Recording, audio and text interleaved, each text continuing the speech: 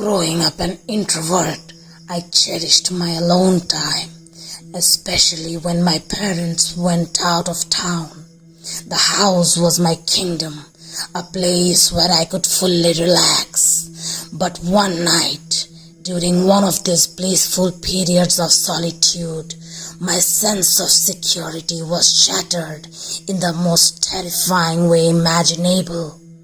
My parents had left for a weekend getaway, and I was looking forward to some quiet time to myself. The first day was uneventful. I spent it watching movies, reading, and enjoying the silence. As night fell, I felt a slight chill in the air, so I decided to check the thermostat in the hallway. While adjusting the temperature, I heard a faint creak above me. It wasn't unusual for the old house to make noises, but this one was different. It seemed deliberate, almost as if someone was moving. I dismissed it as the house settling and went to bed, but sleep didn't come easily. Every small noise made me sit up, heart pounding. The next day, I decided to clean up a bit. As I was tidying up the hallway, I noticed a small piece of paper sticking out of the attic door, which was slightly ajar. Curious, I pulled it out. It was a grocery list, written in handwriting that wasn't mine or my parents'. My stomach churned as I realized someone had been in our house. Determined to find out more, I grabbed a flashlight and pulled down the attic ladder. The air was cold and musty as I climbed up, the wooden steps creaking under my weight. The flashlight beam cut through the darkness, revealing cobwebs and dusty old boxes. At first, everything seemed normal, but then I saw it. A makeshift bed hidden behind some old furniture. My heart raced as I approached the pile of blankets and pillows. Scattered around were empty food wrappers, water bottles, and even a worn-out book. Someone had been living up there, right above us, for who knows how long. Suddenly, I heard a noise downstairs, the sound of the front door opening and closing. Panic surged through me. I quickly turned off the flashlight and crept to the edge of the attic, peering down through the small opening. I couldn't see anyone, but the house felt different, as if it was holding its breath. I quietly climbed down and grabbed my phone to call the police. As I dialed, I heard footsteps in the hallway. I ducked into my bedroom and locked the door, my hands shaking. The operator assured me that officers were on their way, but I knew it would take time. The footsteps grew closer, stopping right outside my door. I could hear someone breathing, a low, steady sound that sent chills down my spine. The doorknob rattled, and I held my breath, praying they wouldn't get in. After what felt like an eternity, the footsteps retreated, and I heard the sound of the front door again. Moments later, the police arrived. They searched the house thoroughly, but no one was found. The attic, however, told a clear story. The officers found more evidence of the intruder's prolonged stay. Dirty clothes, a knife, and a diary. The diary revealed that the intruder had been living in our attic for weeks, watching us, learning our routines. He detailed how he slipped in and out of the house, avoiding detection. He wrote about his fascination with our family, how he felt a twisted sense of belonging in our home. The police assured me that they would do everything to find him, but the thought of someone lurking so close for so long was haunting. I couldn't shake the feeling of being watched, even after the locks were changed and the attic was cleared out. My parents returned the next day, horrified by what had happened. We never found out who the intruder was or what his true intentions were, but the memory of those weeks of the invisible presence in our home left an indelible mark on me. I moved out as soon as I could, seeking safety and peace in a new place. But even now, every creak, every unexpected noise makes my heart race. I can't help but wonder if someone is hiding just out of sight, waiting for the right moment to make themselves known again.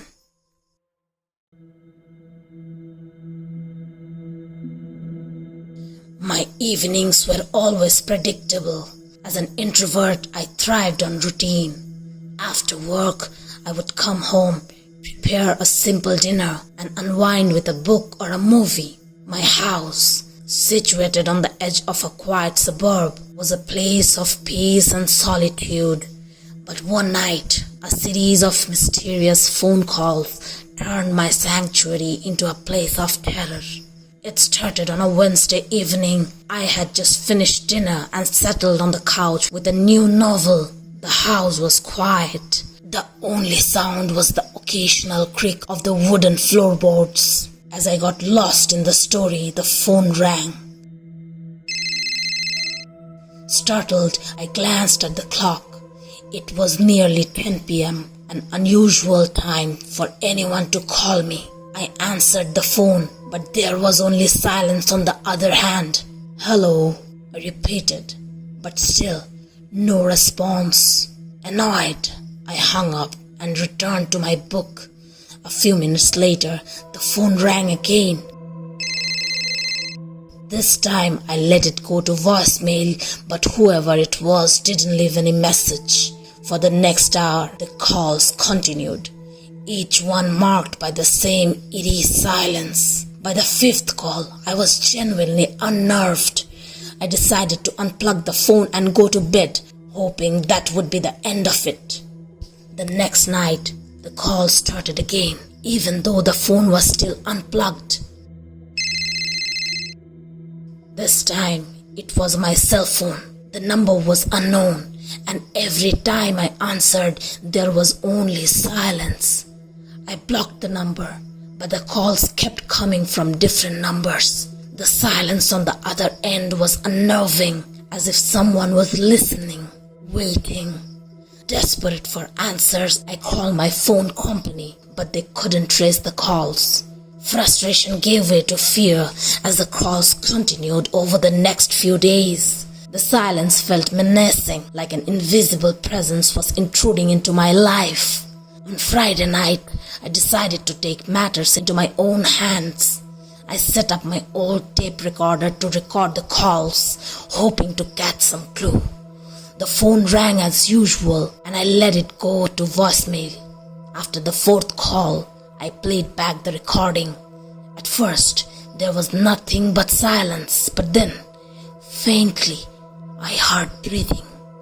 It was slow, deliberate, and sent chills down my spine. My heart raced as I replayed the tape over and over. Who was calling me, and why? I felt exposed, as if someone was watching me. That night, I barely slept, jumping at every sound. Saturday came, and with it, the calls. This time, I decided to answer and confront the silent caller. "Who are you? What do you want?" I demanded, my voice trembling with a mix of anger and fear. For a moment, there was only silence, but then a whisper, so faint I almost missed it. "I'm closer than you think." My blood ran cold. I hung up and called the police, explaining the situation. They promised to send someone to check on me, but it would take some time. As I waited, the phone rang again. I didn't answer, but I could feel the tension in the air, the invisible presence growing stronger. I checked all the locks on my doors and windows, making sure everything was secure. I paced the living room, every shadow and sound amplifying my fear. When the police finally arrived, They searched the house and the surrounding area but found nothing. They assured me it was probably just a prank, but I could see the doubt in their eyes. That night, I tried to distract myself with a movie, but the phone rang again.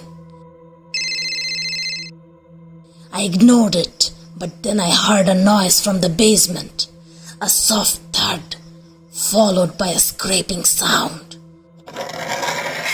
My heart pounded in my chest as I grabbed a flashlight and cautiously made my way to the basement door.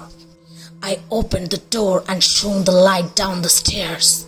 The basement was dark and still, but I could feel a presence. Someone lurking in the shadows. I descended the stairs slowly, the flashlight beam trembling in my hand. As I reached the bottom, I saw it. A small, old-fashioned phone sitting on a crate in the corner, the receiver off the hook. It was ringing. My breath caught in my throat as I approached it. With a shaking hand, I picked up the receiver and held it to my ear. "Hello," I whispered. The line was silent for a moment and then the same faint whisper. I'm here. I dropped the phone and ran upstairs, slamming the door behind me. I called the police again, but when they arrived, the phone in the basement was gone. There was no sign of it, no evidence that it had ever been there.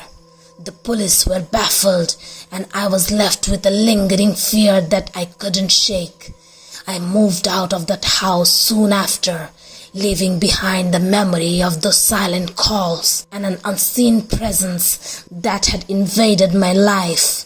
To this day, I wonder who or what was on the other end of the line and why they had chosen me.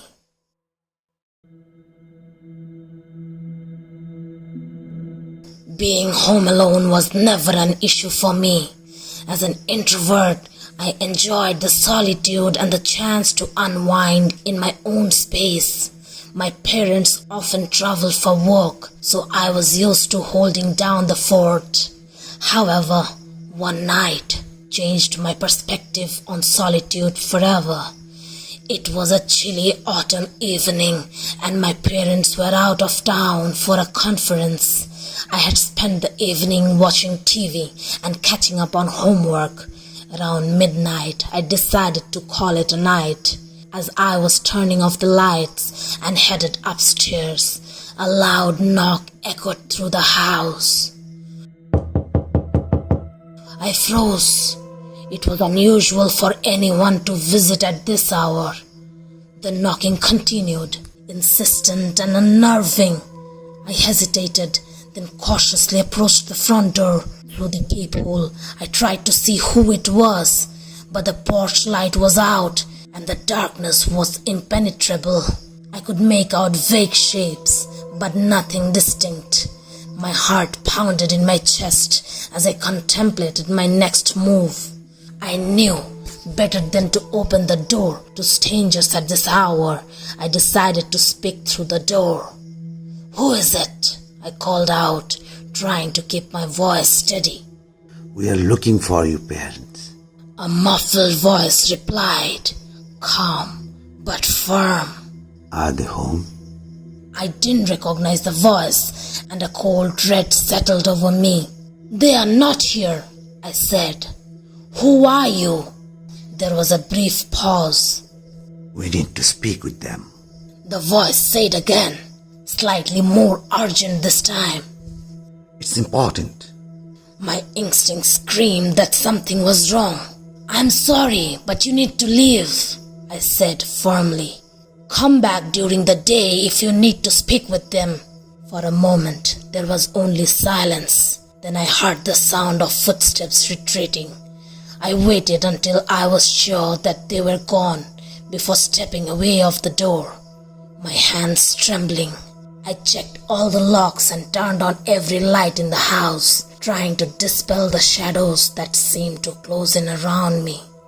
Sleep was out of the question, so I sat on the couch, clutching my phone, ready to call the police at the slightest sound. Hours passed and the silence was deafening. My mind raced with possibilities. Who were those men? What did they want from my parents? I couldn't shake the feeling that they were still out there, watching me. When dawn finally broke, I felt a semblance of relief. I called my parents and told them what had happened. They were just as baffled and concerned as I was. They assured me that they would come home as soon as possible. The police arrived later that morning to take a report, but without any concrete information, there was little they could do. The men had no trace, no clue as to who they were or why they had come. As night fell again, I couldn't shake the sense of unease. Every creak and groan of the house made me jump. Just as I was beginning to relax, there was another knock at the door. The same insistent, unnerving knock from the night before. My heart raced as I approached the door, peering through the peephole. Once again, the porch light was out and the darkness outside was complete. I could see nothing but shadows. "Who's there?" I called out, my voice trembling. There was no response, just the same heavy silence. I backed away from the door, unsure of what to do. Then the knock came again, louder and more forceful. Panic surged through me as I grabbed my phone and dialed 911. As I waited for the police to arrive, the knocking continued, relentless and terrifying. It felt like hours before I saw the flashing lights outside. The knocking stopped abruptly, and I rushed to open the door for the officers. They searched the area but found nothing. No sign of the men who had knocked. No footprints, no evidence that anyone had been there at all. It was as if they had vanished into thin air. The police assured me that they would patrol the area more frequently, but the mystery of the midnight visitors lingered. Who were they, and what did they want? The unanswered questions haunted me. To this day, the sound of a knock at the door sends a shiver down my spine. The experience taught me to be cautious, to trust my instincts, and to always be aware of my surroundings. The fear of the unknown can be more terrifying than anything else. And that night, I came face to face with it in the form of two men who vanished as quickly as they had appeared, leaving behind only questions and a haunting sense of dread.